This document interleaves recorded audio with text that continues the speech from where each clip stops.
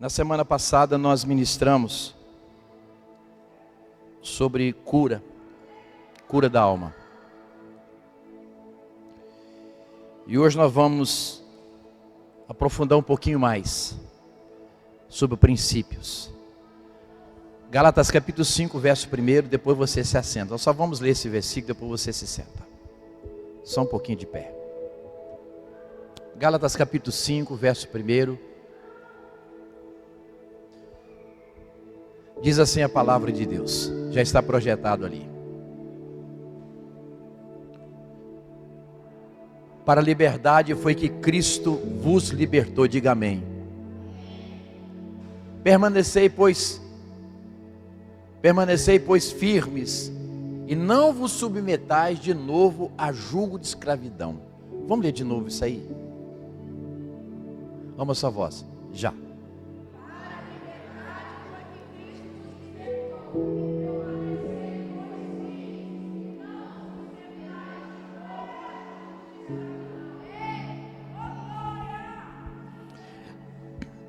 Senhor, continua a falar conosco aqui nessa noite. Obrigado por esse período de adoração com as canções, lindo e maravilhoso, que tocou o coração do Senhor, porque a unção desceu sobre nós, meu Pai. Somos gratos, ó Deus, pelos teus filhos aqui, por cada um que veio a esta casa nessa noite. Te pedimos, Espírito de Deus, nos ministre. Nós precisamos ouvir a sua voz e precisamos de restauração, em nome de Jesus. Amém. Pode se assentar. Vamos pensar sobre isto, pensar um pouquinho sobre esse versículo. Primeira coisa que esse versículo está falando para nós é que nós, no dia que nós recebemos Cristo, nós começamos então um processo de liberdade. Tem uma corrente teológica da qual eu fiz parte hoje, não que eu a desprezei, mas alinhei algumas coisas. E tem a seguinte teoria: a pessoa aceitou Jesus, está tudo resolvido, não acontece mais nada, está curado, restaurado, livre, liberto. Os dias se passaram e eu comecei a entender que espiritualmente sim, o jugo é quebrado. Só que a nossa alma, ela, por exemplo, eu tenho 65, então são 65 mais o período do útero de dificuldades. Isso não foi através da intervenção sobrenatural de Deus. Essas feridas demandam tempo para serem curadas. Não é curada de uma noite para o dia. É quando nós nos submetemos então à palavra de Deus. Nos submetemos, sabe, os princípios de Deus, é que a cura acontece. Salmo 19:7 diz o seguinte, que a palavra de Deus restaura a alma. É a palavra de Deus. Ela traz restauração para a nossa alma, traz cura, traz libertação. Quando você olha para 1 Pedro capítulo 1, verso 20 até o verso 22 e 23, primeira carta de Pedro, capítulo 1, verso 20 até o verso 23. Olha só que coisa tremenda. Dá para projetar? Primeira carta de Pedro. Nós vamos utilizar muitos textos hoje, e precisamos deles aqui.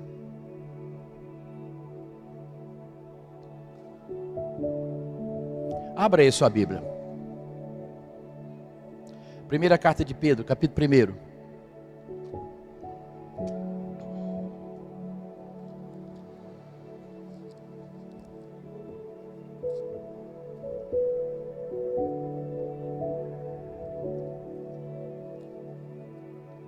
A verdade é que nós desacostumamos com a Bíblia assim, né? Em formato normal.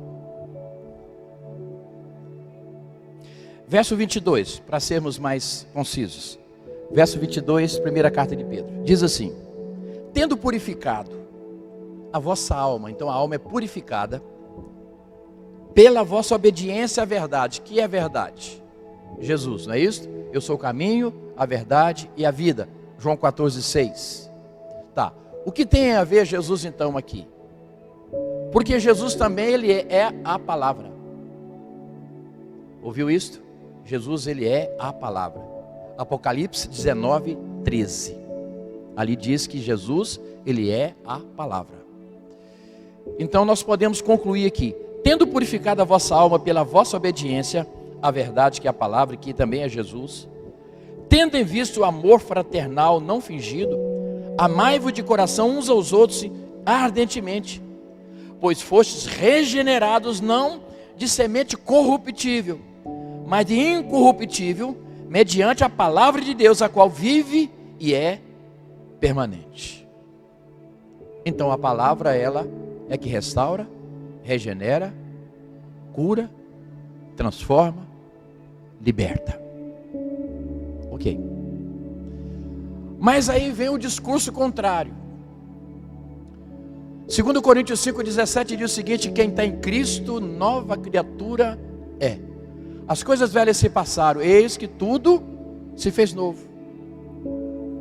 Muitos que não querem serem restaurados efetivamente para uma vida plena, uma vida de qualidade, porque nós precisamos diferenciar o que é você receber a salvação e um dia você vai para o céu, e você receber a salvação, ter qualidade de vida aqui e ir para o céu. O que você prefere? Eu prefiro ser restaurado, ter qualidade de vida e ir para o céu. Quando eu digo quem está em Cristo, nova criatura é, as coisas velhas se passaram, que tudo se fez novo, eu entendo isso no âmbito da minha vida cotidiana, da minha alma, dos meus relacionamentos, eu vou ter problema. Porque o que Paulo está falando é na nossa vida espiritual, da nossa regeneração. Porque a alma demanda tempo para ser restaurada. À medida que ela absorve os princípios da palavra, então ela começa a ser transformada. Nós conseguiremos? Ah, que bom, vai me ajudar. Então vamos para 2 Coríntios 5:17. Eu tenho uma notícia para vocês. Não vou conseguir terminar 9 horas, mas vocês fiquem livres, porque eu preciso tratar desse assunto com vocês, tá bom? Fiquem livres, precisar ir, pode ir, sem problema nenhum. Não vou ficar olhando, de jeito nenhum. Cada um tem seu tempo. Então vamos lá. 2 Coríntios 5:17. Não vai? Não vai? Meu Deus, hoje está tenso. Se não der para projetar os textos, vou ter que mudar a palavra. E assim, se alguém está em Cristo, é nova criatura. As coisas antigas ou velhas já passaram, eis que tudo se fizeram novas. Bem, nós vamos abalizar se realmente é tudo novo na sua vida. Como que nós podemos abalizar se esta palavra está cumprindo integralmente na sua vida? Olha o verso 18. O verso 18 vai dizer o seguinte: ora, tudo provém de Deus, que nos reconciliou consigo mesmo por meio de Cristo e nos deu o ministério da reconciliação. Então o primeiro sintoma de que algo sobrenatural aconteceu dentro de nós, nos tornamos reconciliadores. Aonde você vê uma confusão, você está com o extintor de sede. Tem um barulhinho, não tem? Apaga. Onde alguém quer trazer discórdia dentro da sua casa, semear discórdia, você não aceita. Não aceita ser crítico da vida do outro, porque você é nova criatura em Cristo. Então as coisas velhas se passaram. O velho homem, a velha mulher que se corrompia pelas coisas do mundo já não existe mais. Agora é nova criatura. É isso que a Bíblia está falando. E aí depois você lê o verso 19, verso 20. Quando chega no 19 e 20, então Paulo fala que nós nos tornamos embaixadores de Cristo. Quer dizer, representando Jesus aqui na terra. Representante de Jesus. E Jesus, ele é o príncipe da paz. Ele é o lírio dos vales. Ele é o Cordeiro de Deus que tira o pecado do mundo. Ele é a resplandecente estrela da manhã. Quem ele é? O Emanuel, Deus conosco. Isto, passamos então a ser representantes dele, porque nos tornamos embaixadores de Cristo. Representantes. Então eu só posso dizer, se eu sou nova criatura, se eu me tornei representante de Jesus aqui na terra. E a segunda coisa que eu quero pontuar contigo neste momento é que Paulo disse para nós em Gálatas capítulo 5, verso 1, que se nós passarmos por esse processo, já temos uma vida com Deus, nos tornamos representantes, embaixadores dele, não podemos retroceder, não voltar novamente a um jugo de escravidão, porque você sabe de onde o Senhor te arrancou, de onde Ele te tirou, e Ele te arrancou com raiz e tudo. Ele foi lá, te arrancou do império maligno, do império das trevas, Colossenses 1,13, arrancou e te plantou aonde? No reino do Filho do seu amor. Como então eu vou conseguir retornar para aquilo que um dia eu vivi? Inclusive, a palavra tem um texto que me dá um tremor nas pernas só de ler. Hebreus capítulo 6, verso 4, até o verso 6. Hebreus capítulo 6, verso 4 até o verso 6. Olha só o que diz. É impossível, pois, que aqueles que uma vez foram iluminados e provaram o dom celestial e se tornaram participantes do Espírito Santo, e provaram a boa palavra de Deus e os poderes do mundo vindouro, e caíram sim, é impossível outra vez renová-los para arrependimento, visto que de novo estão crucificando para si mesmo o Filho de Deus, expondo a vergonha ou ignomínia. Olha a seriedade desse texto. E quando você compara esse texto com Gálatas capítulo 5, verso 1, que diz o seguinte, que nós não podemos mais nos voltar para o jugo da escravidão, porque a consequência é esta aqui, ó. Esta é a consequência. Por isso que Paulo diz o seguinte: aquele que julga está de pé, cuide para que não caia. Porque as pessoas que foram profundamente no Espírito Santo, elas não conseguem mais ser iluminadas novamente. Vão ser até um crente normal, mas não terão mais aquela herança bendita que um dia usufruiu, porque estão crucificando novamente o Filho de Deus, pisando no sangue da aliança, desprezando o caráter messiânico de Jesus. Isso é muito sério. Tá. Levantei uma questão, estou jogando para vocês, mas talvez venha a seguinte pergunta ao seu coração: tá bom, como é então que eu faço para conservar o que eu conquistei? É o que nos interessa aqui. Não me interessa de forma alguma trazer para você situações e dizer para você: não, você fica com essa palavra, estamos indo embora. Não, a gente precisa ver o que nós precisamos fazer para não incorrer nisso que Paulo falou, para não se meter novamente debaixo de um jugo. O que é jugo? Sabe o que eu lembro de jugo? Eu morei na roça por muitos anos, e se colocava nas costas de um burro uma cangalha para puxar carga. Me vem essa figura à cabeça. Talvez venha outra à sua cabeça, mas me vem esta, por causa da minha experiência na roça. Então nós vamos hoje nos vacinar contra essa cangalha da vida e de Satanás. 2 amém, glória a Deus, ó. Aleluia. Que isto? Primeiro passo que você precisa dar, e eu preciso dar, e nós precisamos dar, porque essa vigilância ela precisa ser contínua. Eu fico assim muito impressionado quando eu me deparo, por exemplo, com alguém que está chegando ao final da vida e nunca desistiu, que se manteve de pé ao longo da sua existência. Pessoas que não sucumbiram às coisas deste mundo, mas se tornaram fiéis e continuaram fiéis, e nunca mais se meteram debaixo do jugo de escravidão, independente das guerras, das lutas que enfrentaram. Eu admiro muito. Primeiro passo que nós precisamos dar é a nossa confiança em Deus. Mas por que isto? Porque se eu não confiar em Deus, eu vou retroceder nas preocupações, nas angústias da vida. Se eu não entender que o choro só dura uma noite, eu vou retroceder. Se eu não entender que Deus nunca vai nos deixar naufragar, que nunca vai abandonar um filho, que nunca vai nos entregar nas mãos do nosso adversário, a minha alma vai se abater. Se eu não confiar que Jesus disse que nós não precisamos nos preocupar com o dia de amanhã, porque Ele cuida de passarinho, não cuidaria de nós? Deus sustenta a vida, Ele criou a vida, não daria sustento à vida, que é muito mais fácil do que criá-la? Por isso, nós somos confrontados com essas coisas. Hoje mesmo eu conversei com uma pessoa que estava preocupada, angustiada no seu coração. E eu percebi que a razão das preocupações dela, até tinha razão, mas sabemos que em todo tempo Deus é fiel e nunca nos desampara.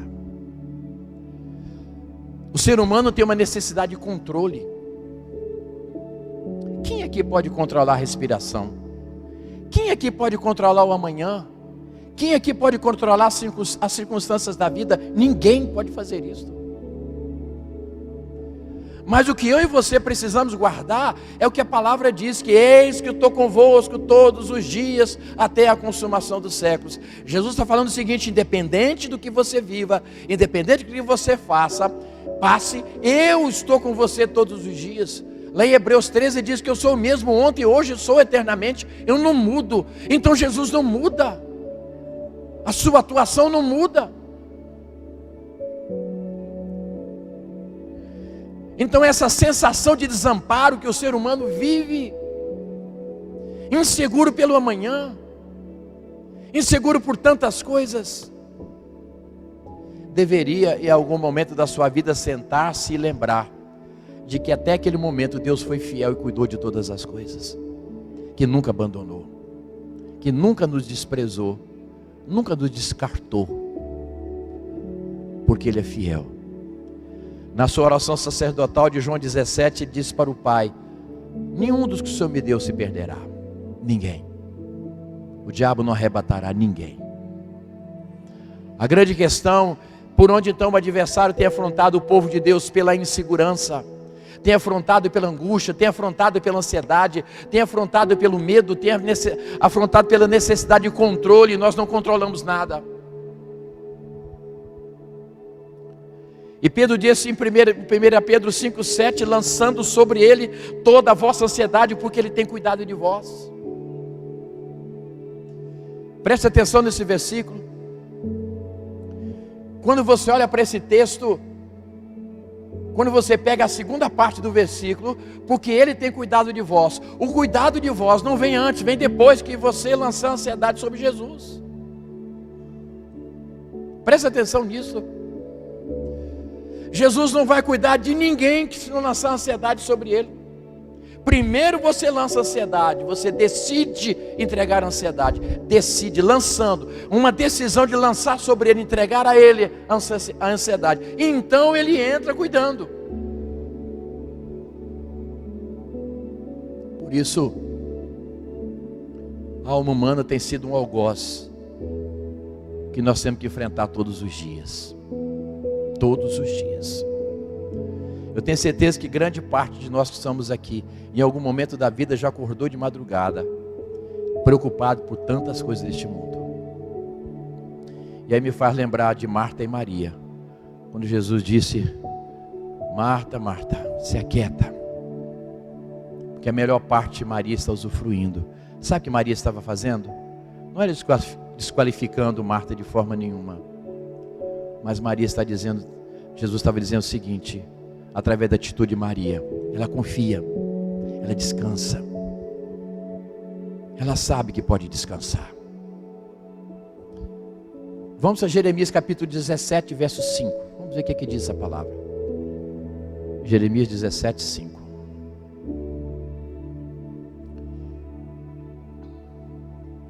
Assim diz o Senhor: maldito o homem que confia no homem, faz da carne mortal o seu braço e aparta o seu coração do Senhor. Maldito o homem que confia no político. Maldito o homem que confia em qualquer, anteparo humano, qualquer situação humana. Maldito o homem que não confia no Senhor, que não coloca o seu coração em Deus. A Bíblia está falando de uma maldição. Vamos prosseguir no verso 6. Porque será como um arbusto solitário, uma árvore solitária no deserto, e não verá quando vier o bem. Antes, morará nos lugares secos do deserto, na terra salgada e inabitável. Significa o seguinte: não vai colher nada, não vai ter qualidade de vida nenhuma, e é só deserto, 50 graus de dia, 0 grau à noite, enfim, uma vida difícil. Porque um dia deixou de confiar em Deus e confiou no homem. Isso é muito sério. Porque todos nós incorremos neste pecado, se não vigiarmos. Talvez você diga: peraí, mas quem paga o meu salário é fulano de tal. Se Deus não tivesse aberto a porta para você, você não teria salário. Se Deus não tivesse dado empresa àquela pessoa, você não teria salário. Se você tem a sua empresa, se Deus não mandasse os clientes, suas estratégias de negócio, você não teria o seu rendimento. Isaías 26:12 fala que tudo vem de Deus. Tudo. Nada vem do ser humano. Nós temos uma falsa ilusão de que nós somos alguma coisa e podemos alguma coisa. Mas isso não é verdade. Você quer alegrar o coração do Pai? Confia nele. Mas confia mesmo. Mesmo que esteja todo mundo desconfiando, você confia. Mesmo que não tenha luz no final do túnel, confia. Mesmo que não veja sinais algum, confia.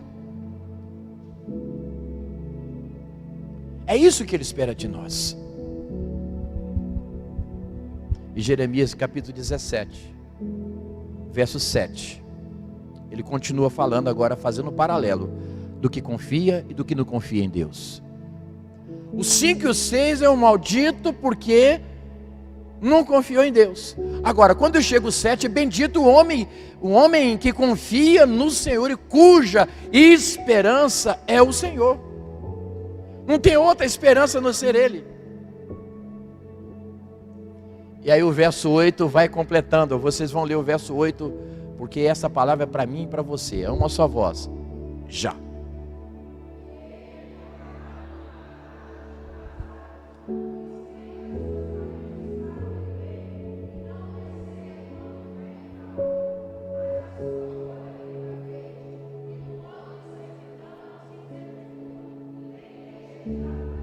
Então olha só, porque ele é como a árvore plantado junto, pertinho das águas, que as suas raízes vão para o ribeiro. Ribeiro é um pequeno rio, um riacho. E não tem medo quando vem o calor. Pode vir intempérie, pode vir dificuldade, pode vir seca, mas a sua folha fica sempre verde. Fez um paralelo com a árvore plantado junto às águas. E no ano de sequidão, não se perturba, nem deixa de dar fruto. Sabe, a pessoa que confia em Deus, ela prospera no meio da crise, ela cresce. O seu negócio cresce na crise. É isto, o salário melhora na crise. O mundo está caminhando para um lado de derrocada e nós estamos caminhando para cá, porque a minha confiança é o Senhor, a minha segurança é o Senhor. Eu confio no meu Deus, independente das circunstâncias da vida. Sabe o que Deus vai fazer conosco? Vai nos honrar.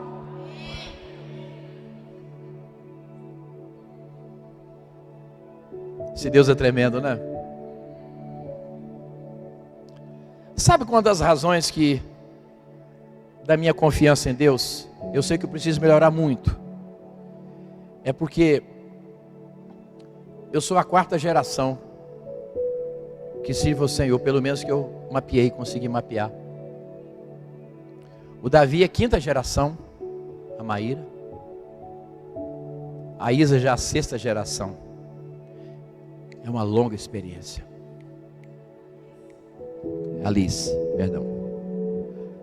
Dias atrás nós mapeamos a família da Lourdes. A família dela veio da Alemanha servindo ao Senhor. Por parte do pai.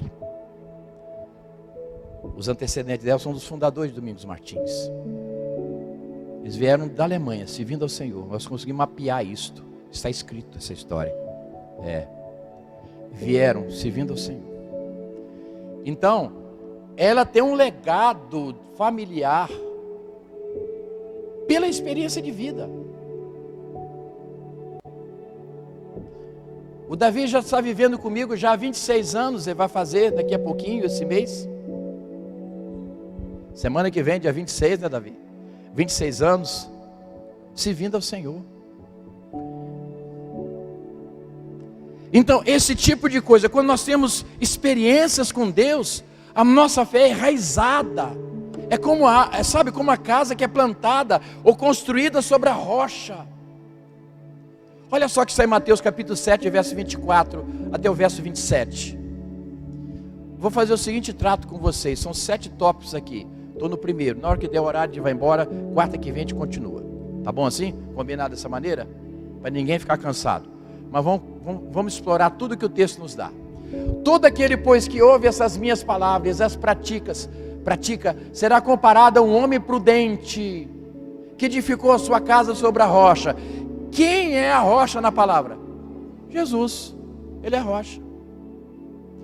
Então, se eu construo a minha casa, a minha família, tudo que eu sou e tenho, em cima dos princípios de Jesus, em cima de Jesus, sabe o que vai acontecer?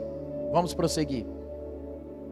Caiu a chuva, transbordaram os rios, sopraram os ventos e deram com ímpeto contra aquela casa, quer dizer, as intempéries da vida, que não caiu, porque foram edificadas sobre Cristo. Mas para edificar algo sobre Jesus, precisa ter confiança nele. Sabe, quando vem aquelas propostas de corrupção, você rejeita. Quando vem as negociatas, você rejeita. Quando vem coisa que não está certo, você rejeita. Porque a sua construção é em cima de princípios. Cristo é a base. É a diferença daquele que não tem essa confiança, que quando vem as intempéries, ele submerge ou ele cai. Olha só, verso 26. E todo aquele que ouve as 25, né? 25. E caiu a chuva, tá, ok, 26 mesmo, vamos prosseguir. E todo aquele que ouve essas minhas palavras e não as pratica, será comparado a um homem insensato, que edificou a sua casa sobre a areia, não sobre Cristo, mas sobre os seus próprios valores. E aí o verso 27 fecha a história. E caiu a chuva, transbordaram os rios, da mesma maneira que o primeiro. Sopraram os ventos e deram com ímpeto contra aquela casa, e ela desabou, sendo grande a sua ruína. Os mesmos ventos, as mesmas chuvas, as mesmas tempestades. Eclesiastes 9:2 diz que tudo sucede a todos de igual modo.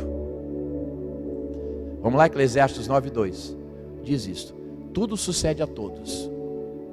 Tudo sucede igualmente a todos. O mesmo sucede ao justo e ao perverso, ao bom, ao puro e ao impuro, tanto ao que sacrifica como ao que não sacrifica, ao bom como ao pecador, ao que jura como ao que teme o juramento. Então o que significa tudo sucede com todos? A grande diferença é quem construiu sobre a rocha, cuja confiança o Senhor, cuja esperança o Senhor, de Jeremias capítulo 17.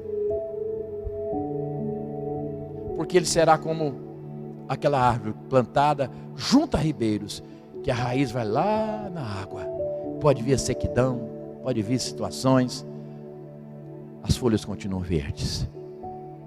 Essa é a grande diferença. Então diga assim: compensa servir a Jesus.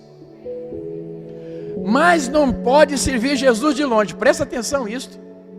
Se você servir Jesus de longe, não adianta, não vai resolver. É só com intimidade com Ele. Vamos ver Mateus capítulo 26, verso 58. Olha só o que diz a palavra. Mateus capítulo 26, verso 58.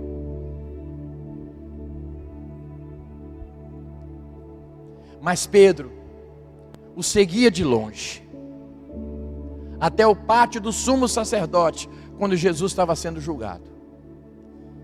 E tendo entrado, sentou-se entre os serventuários. Para fazer o quê? Está escrito ali. Vamos lá. Vocês estão voando. Para ver o fim. E foi o fim de Jesus? Foi o início de uma grande jornada. Foi ali que começou tudo. Porque quando ele ressuscitou, encontrou-se com Pedro no mar da Galileia, levantou a Pedro. Pedro recebe batismo com o Espírito Santo em Atos 2. Atos 2, do verso 16 diante, Pedro agora corajoso, ministra a palavra, 3.000 pessoas se convertem. E você vê a trajetória de Pedro, até a sombra de Pedro curava as pessoas. Sabe por quê? Porque ele foi transformado. A grande maioria de nós temos essa postura. Qual a postura? De que o fim está chegando. Diga assim comigo, não é o fim. Agora é que vai começar. É agora. Às vezes a gente pensa que a coisa acabou, mas que nada. Agora que a coisa está começando. Agora que ficou redondinho. Porque Deus nunca falha. Amém? Repita isso para você. Diga assim, não acabou. Não é o fim. Diga assim, escuta minha alma. Larga de ser insegura. Você tem um Deus que governa sobre todas as coisas. Diga, não é o fim. Agora que vai começar. Você creu no que você falou?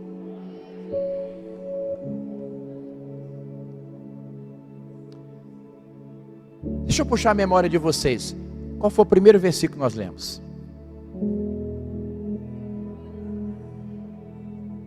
Qual foi o primeiro versículo que nós lemos? Sem consultar os papelinhos. Qual foi? Gálatas capítulo 5, verso 1, que nós não podemos, fomos livres, não podemos voltar mais ao jugo da escravidão. Então nós já vimos que o primeiro passo é essa confiança irrestrita em Deus. Construir sobre a rocha. Confiar de que agora que a coisa vai começar. E que as nossas raízes pela confiança serão inundadas, sabe, no ribeiro de águas. E as folhas não vão cair, mesmo que venha a sequidão. Você pode adorar o Senhor e glorificar a Ele?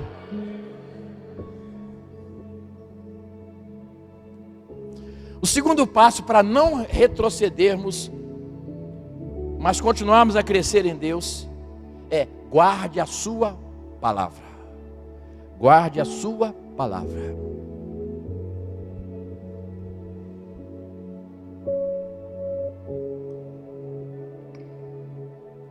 Você tem facilidade de guardar a palavra? Quando você lê um capítulo e você chega no final dele, você lembra o que você leu?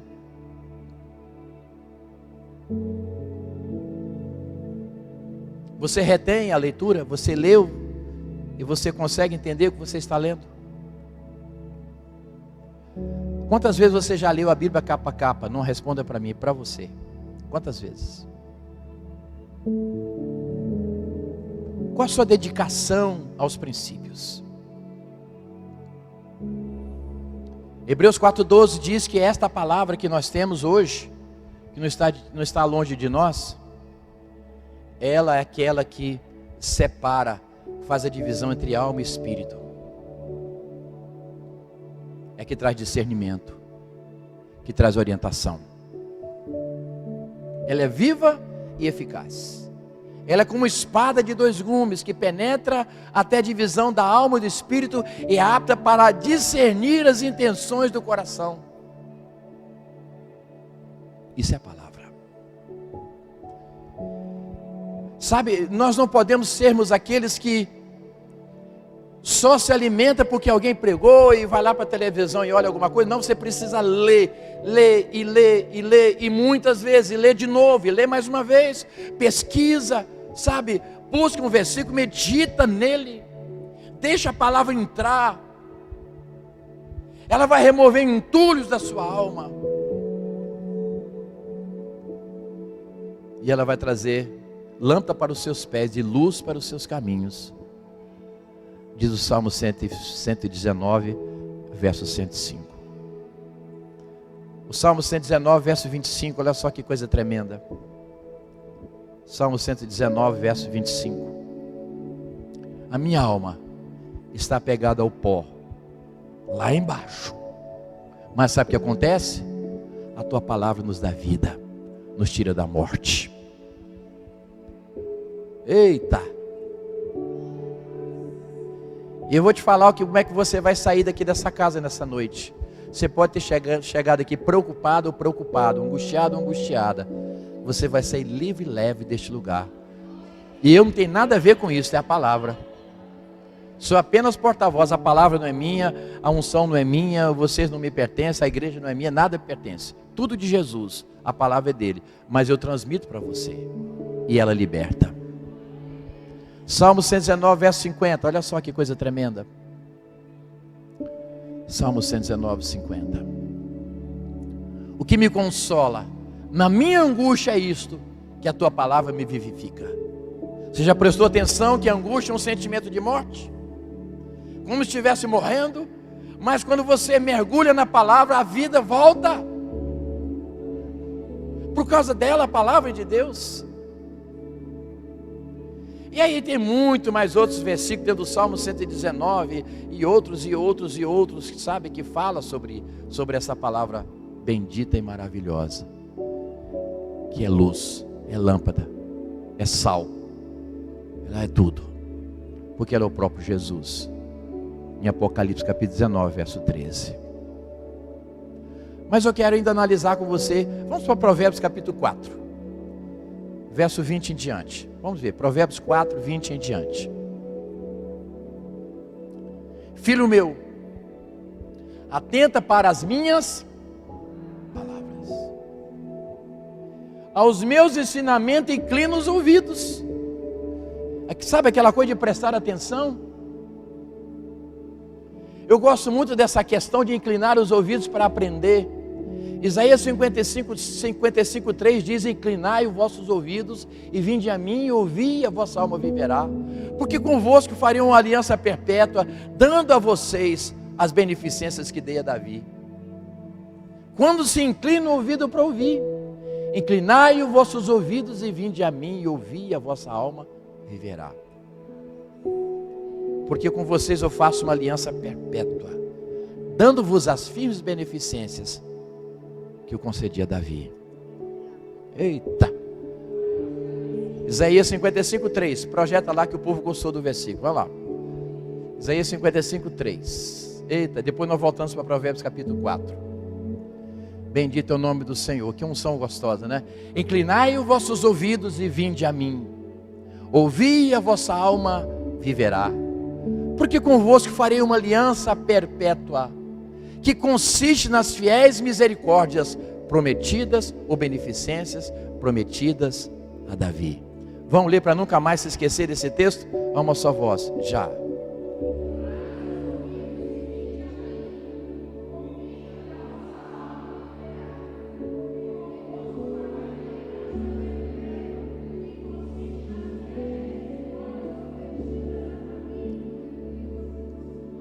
Porque sabe qual a sensação que eu tenho?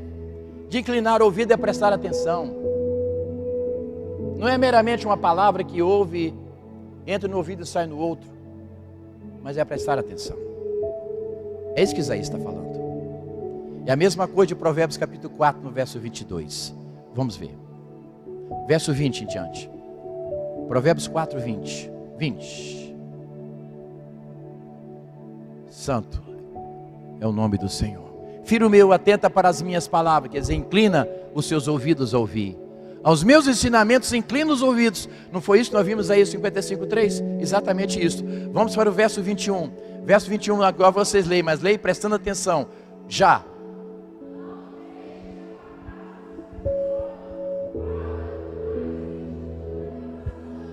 Então, não pode apartar dos meus olhos, eu preciso guardar no íntimo do meu coração. É isto. Eu preciso guardar. Porque isso aqui domina a nossa natureza ruim. Domina os nossos pensamentos conturbados. Cura a nossa alma ferida. Restaura os nossos caminhos, nossos conceitos de vida. Mas eu preciso estar com os olhos aqui. Não tirar os olhos daqui. Sabe, Josué 1:8 fala sobre isto. Deus disse para Josué: Josué, sabe quando é que você vai ter sucesso? Quando você meditar nessa palavra dia e noite. Então eu vou fazer próspero o teu caminho. Josué capítulo 1, verso 8. Mas vamos aqui. Está ali, ó. Não cesse de falar desse livro da lei.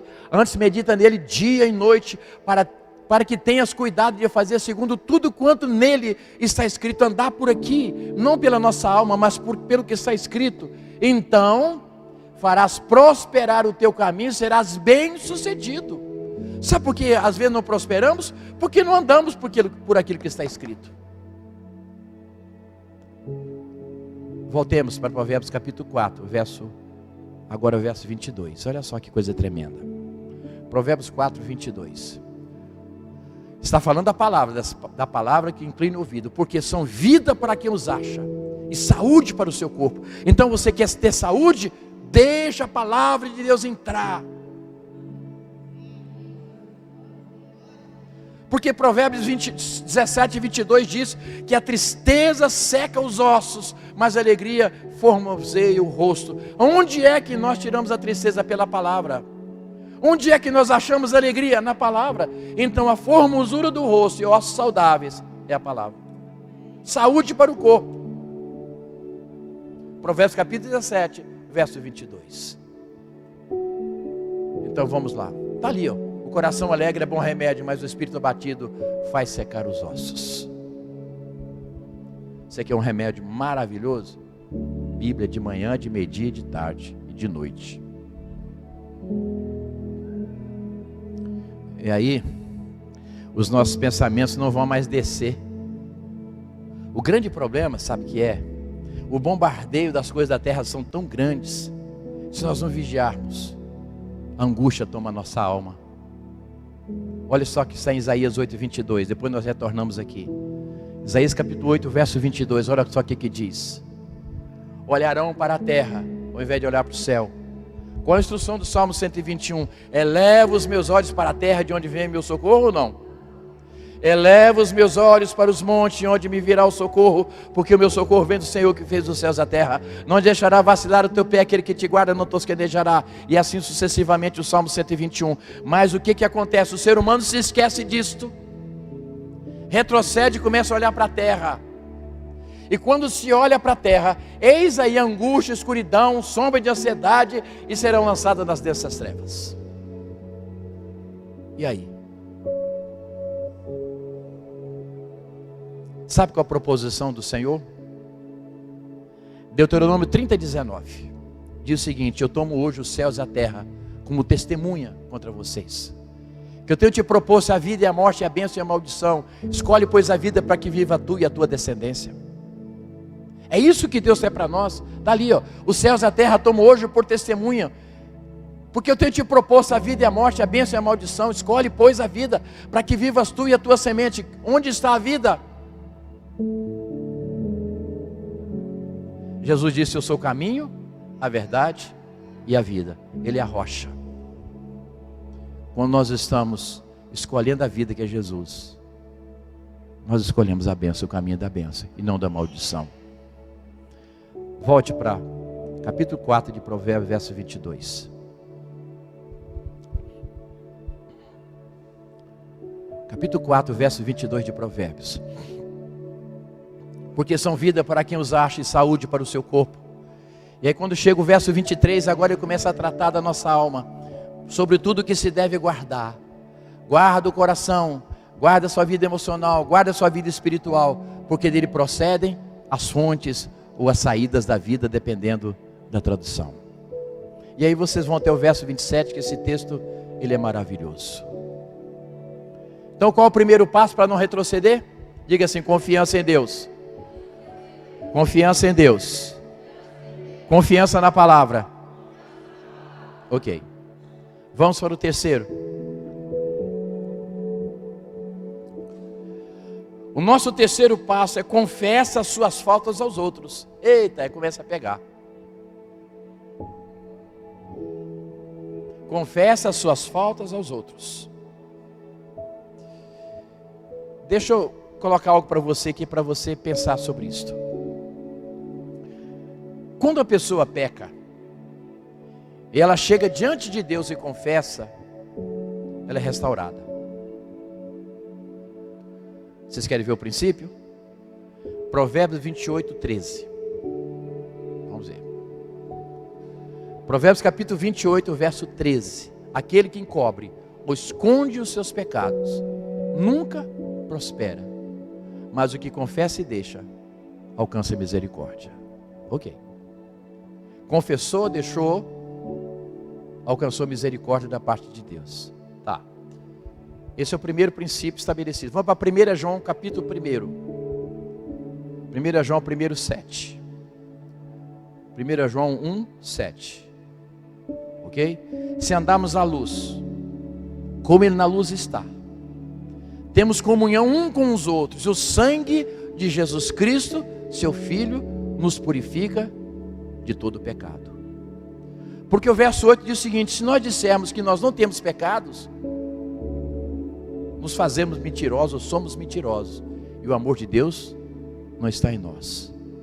Mas o verso 9 diz o seguinte: mas se nós confessarmos os nossos pecados, Ele é fiel e justo para nos perdoar os pecados e nos livrar de toda injustiça. Confissão e abandono, a misericórdia se estabelece. Tá. Só que existe uma grande questão. As pessoas pecam, correm para os pés de Jesus, confessa, na mesma hora a sinceridade ela é restaurada, a sua comunhão com Deus é restaurada. Agora eu quero que você preste muita atenção nisto. Mas a ferida da alma não foi curada. Uma coisa é a sua relação com Deus, onde você é restaurado. Outra coisa é a alma que foi ferida com o pecado. Você quer ver como o pecado fere a alma? Provérbios 8:36. Vamos pegar do 32 ao 36, que esse texto é maravilhoso. Provérbios capítulo 8, verso 32 até o 36. Agora, pois, filhos, ouve-me, porque felizes serão os que guardarem os meus caminhos. Ouvi o ensino, sede sábios e não o rejeiteis. Feliz o homem que me dá ouvidos, velando dia a dia as minhas portas, esperando as ombreiras da minha entrada. Porque o que me acha a vida e alcança a favor do Senhor. Agora, porém, 26, mas o que peca contra mim? Vamos lá, o que acontece?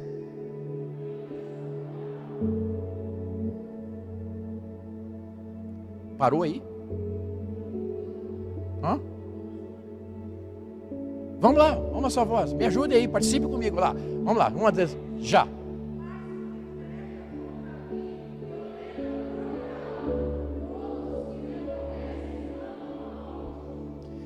Que conclusão que nós chegamos? Se eu peco, confesso, Jesus me restaura na hora, mas a alma está ferida. Porque qualquer pecado é uma violência contra a alma. O meu ato de confessar a Deus me restaura a minha vida espiritual. Vou morar com Jesus do mesmo jeito. João 14:3 diz: onde ele estiver, Ele quer que eu esteja com Ele. Mas a alma vai continuar doente, e vai continuar dando trabalho, não vai ter qualidade de vida. Por quê? Porque a alma está ferida, porque se envolveu num monte de atrapalhada. É aí que entra o processo de restauração da alma. A vida espiritual, pela confissão, ela é restaurada imediatamente. Por isso que quem está em Cristo, nova criatura é. As coisas velhas se passaram, eis que tudo se fez novo no espírito, mas a alma continua ferida. Essa é a grande diferença. Aí você me pergunta: tá bom, como é que eu vou resolver esse problema? Onde está a solução para este problema? Querem saber? Sim? Então vamos para Tiago capítulo 5, verso 14, 15 e 16. Tiago 14, 5, 14 e 16. Está alguém entre vós doente? Chama os presbíteros da igreja e eles façam oração sobre ele, ungindo com óleo em nome do Senhor. Então escute isto, a unção com óleo, ela é bíblica, tá? Guarde no seu coração, unção com óleo é bíblica, no Novo Testamento. Marcos 6,13 também fala a mesma coisa, da unção com óleo. Então vamos lá. 15. E a oração da fé salvará o enfermo e o Senhor levantará. E se houver cometido pecados, ser-lhe-ão perdoados. Porque o verso 16 vai responder. Vamos para o 16? Confessai. Está ali. Ó. Vamos lá? Vamos à sua voz? Já.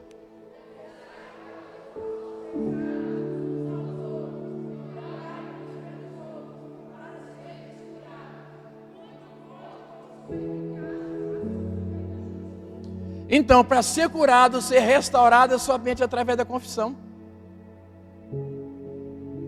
Aí aqui uma palavra para os homens são duros, guarda tudo no coração, são super-homens. E aí vai buscar a presença de Deus, não acha, não consegue adorar, não se entrega. Por quê? A alma está entulhada de feridas, de situações que aconteceram ao longo da vida. Mas se for recolhido vai para o céu? Vai para o céu. Mas eu estou falando de qualidade de vida, da vida abundante que Jesus falou, que só alcançamos quando nós abrimos o coração e quando nós confessamos. Por isso que a Bíblia, ela é repleta de situações acerca de mentoria. Nós precisamos sermos mentoriados. A gente precisa falar. Tem dia que eu chamo a Luz lá no escritório, marco com ela, porque é difícil marcar com ela. Para quem não sabe, eu tenho lá no fundo da casa, eu tenho um escritório lá, onde eu atendo o povo aí de fora que vem me procurar. Aí eu marco com ela lá, tem que marcar na agenda, não é muito fácil não. Senta aí que eu quero falar com você. Falo tudo, boto para fora. Não sei como é que ela fica depois, mas eu fico aliviado, sarado, bom. Mas também ela me pega de vez em quando, né? Isso é normal. Então diga assim comigo: confiança em Deus, guardar a palavra, confessar as faltas uns aos outros, traz cura. E não permite que a gente retroceda para a escravidão. Qual foi o primeiro versículo mesmo que nós lemos? Gálatas 5:1. Projeta Gálatas 5:1, para você nunca mais se esquecer dele. Gálatas capítulo 5, verso 1. Para a liberdade foi que Cristo nos libertou. Permanecei, pois, firmes, e não vos submetais de novo a jugo de escravidão. Então nós estamos trazendo princípios para não retornar, para não retroceder, para não entrar debaixo da cangalha de Satanás. Diga, ô glória.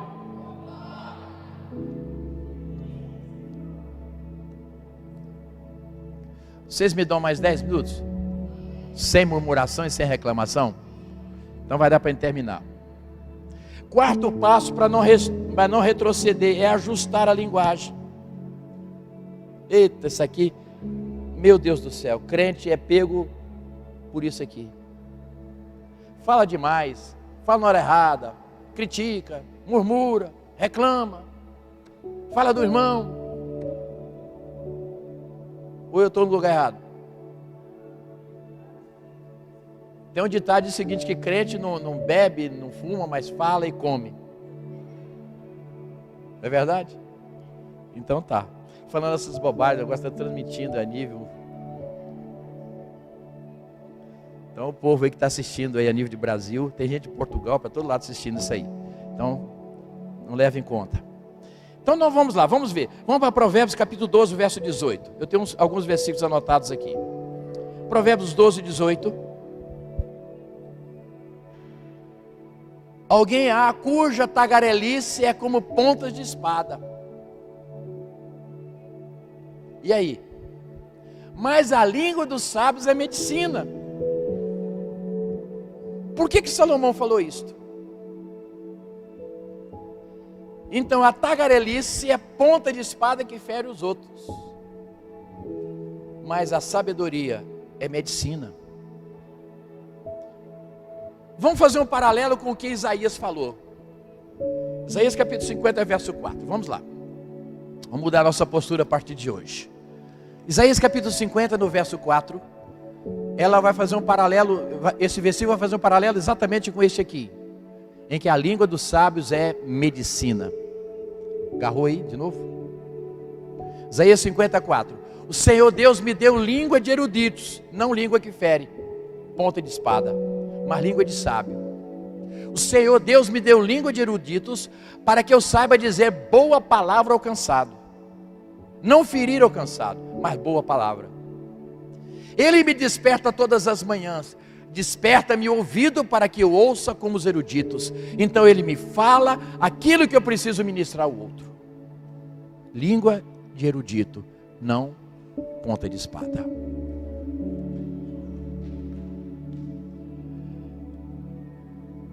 Provérbios 10, 19. Quem está anotando, anote Provérbios 10, 19, Provérbios 11, 12, Provérbios 12, 18. Você já anotou, né? 12, 18. Projeta para nós Provérbios capítulo 13, verso 3. Provérbios 13, 3. Quem quiser esse estudo aqui que está prontinho, você fala para a Lourdes ali que eu mando pelo seu WhatsApp. Não vou mandar para todo mundo não. O povo não vem para a igreja na quarta-feira. E aí então, não vou dar não. Dá quem veio. Então você pede para ela. Está prontinho aqui. Provérbios capítulo 13, verso 3. O que guarda a boca conserva a sua alma, mas o que muito abre os lábios, a si mesmo se arruína. O que é? Abre a boca demais, fala demais, peca. E quando peca, agride a própria alma. Lembra de Provérbios 8, 36? Pois é. Falar demais é pecado. É ponta de espada, fere. O que nós precisamos ter língua é erudita, para dar força àquele que está cansado. Não criticar a outra pessoa. Não mirar, sabe, os defeitos da outra pessoa. Nós somos construtores, somos edificadores através de Cristo. Se eu não tenho nada para falar sobre alguém, não vou dizer nada. É assim que a coisa funciona. Porque tem um ditado no mundo aí que o povo diz que o peixe morre por onde? Pela boca.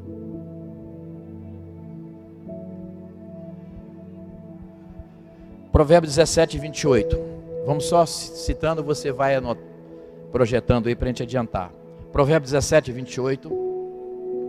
Até o estulto, sem sabedoria, quando se cala é tido por sábio, e o que cerra os lábios por sábio. Você viu aí? O sujeito pode não ter sabedoria nenhuma, mas ficou calado, todo mundo vê e acha que o sujeito é um sábio. Mas na hora que ele abre a boca demais, eita, coisa pegou. Tiago 1, 26.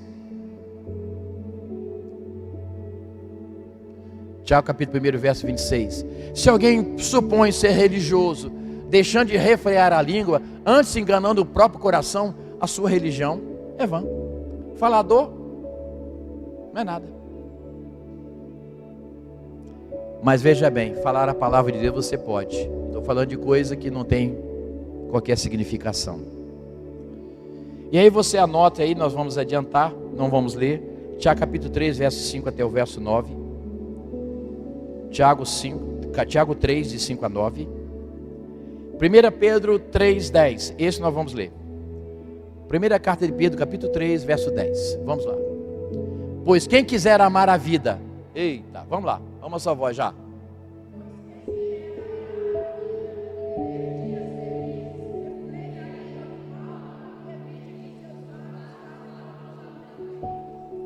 Refrear a língua para não falar o mal, nem falar dolosamente. Aí vai ter dias felizes. Então você vê pessoa que fala demais, vive doente. Pessoa que fala demais se empobrece. Pessoa que fala demais dá trela para Satanás. Por isso, o Davi sempre me discipula, viu, Davi? Quando eu começo a ficar empolgado, eu lembro de você. Eu só vi em 26 anos Davi bravo uma vez só na vida. Só uma vez. Eu dei uma gargalhada, mais uma gargalhada. Falei, meu Deus, ele é humano. Ele fica bravo também. Mas Jesus deu-lhe uma prudência que ele herdou do meu pai. Então diga assim comigo, vamos lá. Para não retroceder, eu preciso confiar em Deus, guardar a sua palavra, confessar as minhas faltas, não somente a Deus, mas ao próximo, ajustar a minha linguagem e orar constantemente. Porque a oração me fortalece. A oração te fortalece. E você já viu quando a gente começa a ter problema, a primeira coisa que a gente risca é a oração e leitura da palavra. E você viu quando o crente resolve dar uma desviada, a primeira coisa que vai na lanchonete lá e compra um maço de cigarro, que nunca fumou, começa a fumar. Eu nunca entendi isso. E começa a beber coisa que ele nunca fez antes. Já viu isso? Pois é. Porque quando nós oramos, nós vamos afastar de nós as opressões de Satanás. Lembra de Salmo 91? Aquele que habita no esconderijo do Altíssimo, a sombra do Onipotente descansará. Não é isso que acontece conosco? Olha o verso 1 até o verso 4, Salmo 91, vamos ver. Habitar no esconderijo é na oração, é quando você entra no recôndito, é quando você entra no secreto com Deus, de Mateus 6,6. Isso é habitar no esconderijo. Então vamos lá. Aquele que habita, o que habita no esconderijo do Altíssimo e descansa à sombra do Onipotente, esse descansa. Diz ao Senhor, meu refúgio, o meu baluarte, Deus meu em quem confio. A oração faz isso, gera confiança no coração. Verso 3, pois ele te livrará do laço do passarinheiro e da peste perniciosa. Por causa da oração, cobrir-te-á com as suas penas e sob as suas asas estará seguro. A sua verdade é pavês e escudo. Olha o verso 10 e o verso 11. Pule para lá, para o verso 10 e o verso 11. Aí o que acontece conosco? Nenhum mal te sucederá, praga nenhuma chegará à sua casa, por causa da oração, por causa da presença de Deus. Verso 11, porque aos seus anjos dará ordens a teu respeito, para que te guardem em todos os teus caminhos. Por causa da oração. Você acha que os anjos, como é que eles atuam? Eles atuam quando você ora a Deus e pede que o Senhor envie os seus anjos e haja por você. É assim que funciona. E Salmo 34, 7 diz que Ele acampa ao nosso redor e nos guarda. Quando é que o anjo acampa ao nosso redor e nos livra? Quando nós pedimos. Porque Ele dará ordem aos seus anjos, não somos nós. Ele dá ordem. Eu já vi muitos pregadores, não, anjo faça isso, anjo faça aquilo. Pode ser um anjo, mas não é do Senhor não. Ninguém tem autoridade para dar ordem a anjo nenhum. A gente ora ao Senhor e o Senhor faz. Eu já vi muitos pregadores fazerem isso. Pode ter certeza que não é o anjo de Deus não, que não tem base bíblica para isso. O Senhor dará ordem aos seus anjos. Verso 11 de Salmo 91. Fechando com Salmo 34, 7. Lembre-se disso. Hebreus 1,14 fala que eles são espíritos ministradores. Ministra a nós, aquele que daremos a salvação. Então são espíritos que nos ministra, mas ele nos ministra pela ordem de Deus. Quando é que eles fazem isso? Quando nós oramos e pedimos ao Senhor, então o Senhor faz. Opa, o negócio está bom aí. Olha só. Vamos lá, Hebreus 1,14, está faltando aí. Vocês estão apertados comigo hoje, viu? Hebreus capítulo 1, verso 14. Vamos lá. Não são todos eles os anjos, está falando dos anjos, depois vocês olhem o texto. Espíritos ministradores, enviados para serviço a favor dos que hão de herdar a salvação. Então, quando nós oramos, os anjos trabalham por nós. Agora, se você não ora pedindo, não vão trabalhar por ti. Guardou isso aí?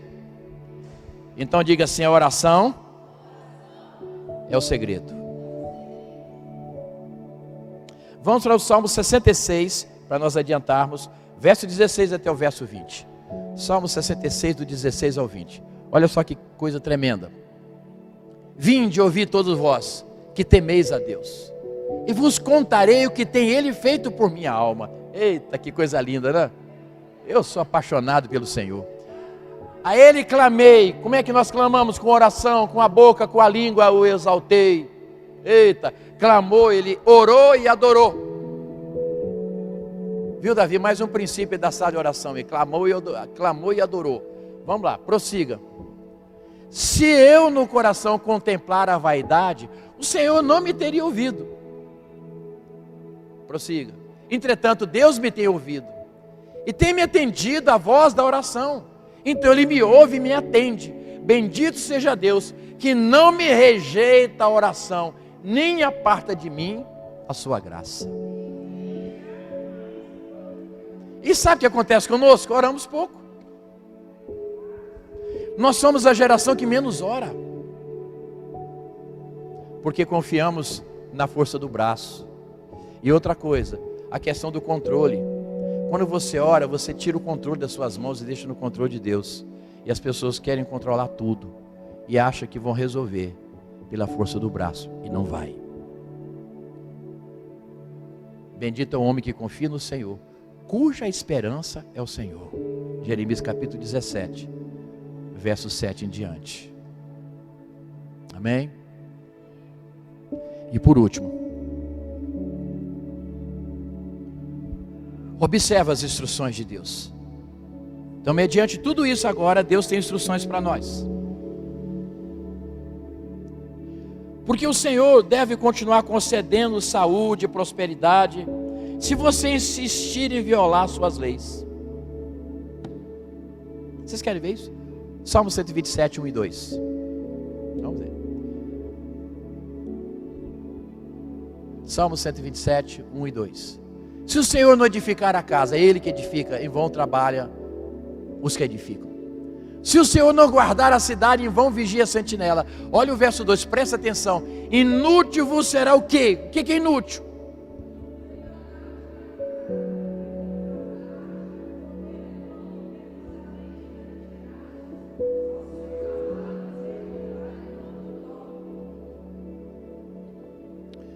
Qual a ordem? Deita e dorme, porque senão você não vai receber. E só dá quando dorme. Descansa. Descansa. É inútil levantar de madrugada, trabalhar o dia todo, repousar tarde, comer o pão de dores, porque Deus acrescenta aos seus amados enquanto eles dormem. Eu sei que, por exemplo, você trabalha com padaria, né? O Zé também trabalha com padaria. O Zé dorme de tarde. De tarde ele vai lá tirar o cochilo, né, Zé? E merecido. Hoje eu falei para ele, você está bonito, Zé, está radiante, você dormiu de tarde. Dormi. Mas é o caso da profissão de vocês, é específico. Não significa que vocês não confiam no Senhor. É algo específico da profissão de vocês. Está falando aqui, é relacionado à pessoa que fica, sabe quando ela fica ansiosa, ela coloca os pés pela mão, arruma 10 trabalhos diferentes e corre atrás, passa na frente de Deus, não ouve a Deus, tem que ser na força do braço. É isso que eu estou falando. Sim, não dorme de noite, não descansa, não consegue descansar, coloca a cabeça no travesseiro, a preocupação já está no dia seguinte, não consegue confiar em Deus, quebra os princípios. A primeira coisa que vai embora, a saúde, porque a ansiedade mata. A ansiedade, ela é terrível. Olha só que está no Salmo 94, 17 em diante. Salmo 94, 17. Estou quase fechando. Vamos lá. Se não for o auxílio do Senhor, olha só. Se não fosse Ele que nos ajudasse, o que teria acontecido? Então não é a força do meu braço nunca. Não é. É o auxílio dele que nos ajuda.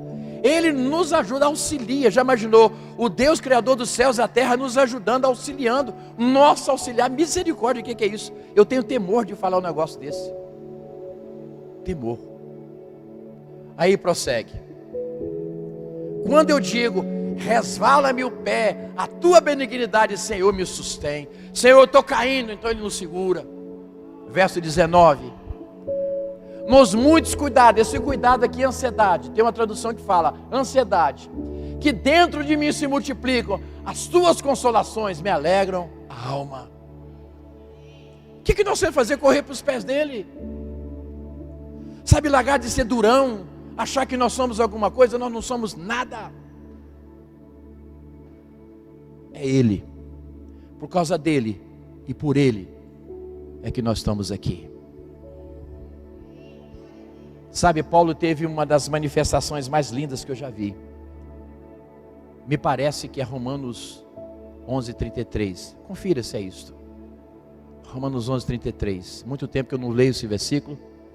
Vamos ver se é isto. Isso mesmo, a profundidade da riqueza. tanto da sabedoria como do conhecimento de Deus. Quão insondáveis são os seus juízos e quão inescrutáveis os seus caminhos, prossiga. Quem, pois, conheceu a mente do Senhor, ou quem foi o seu conselheiro? Ou quem primeiro deu a ele para que lhe venha a ser restituído? Porque dele, por ele, por meio dele e para ele são todas as coisas. A ele, pois, a glória eternamente. Amém.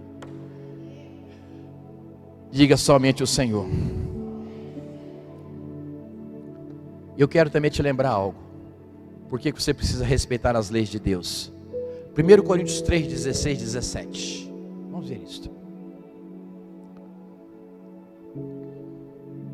1 Coríntios 3, 16, 17.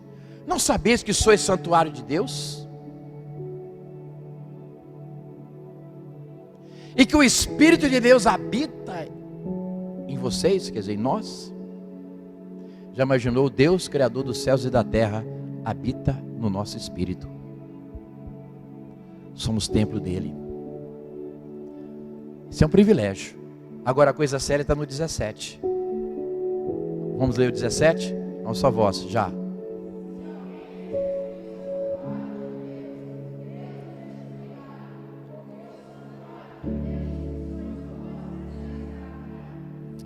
Então, quando você pegar aquela picanha cheia de gordura, você lembra disso aí, ó. Vocês riram, né? Você não tem direito de entupir a veia, que ela pertence ao Senhor. Nós somos santuário de Deus. Você não tem direito de comer qualquer coisa, de qualquer jeito, de uma maneira desregrada. E é uma guerra com a nossa alma. Porque em geral, quando a tristeza vem no coração, a ansiedade, a primeira coisa corre para o doce, para o chocolate, para essas coisas, né? Para tapar o buraco da alma. Mas o buraco da alma não é tapado por isso. Só Jesus consegue tapar. Amém? Diga assim: eu sou templo do Espírito. E se eu destruir esse templo, o próprio Deus me destrói.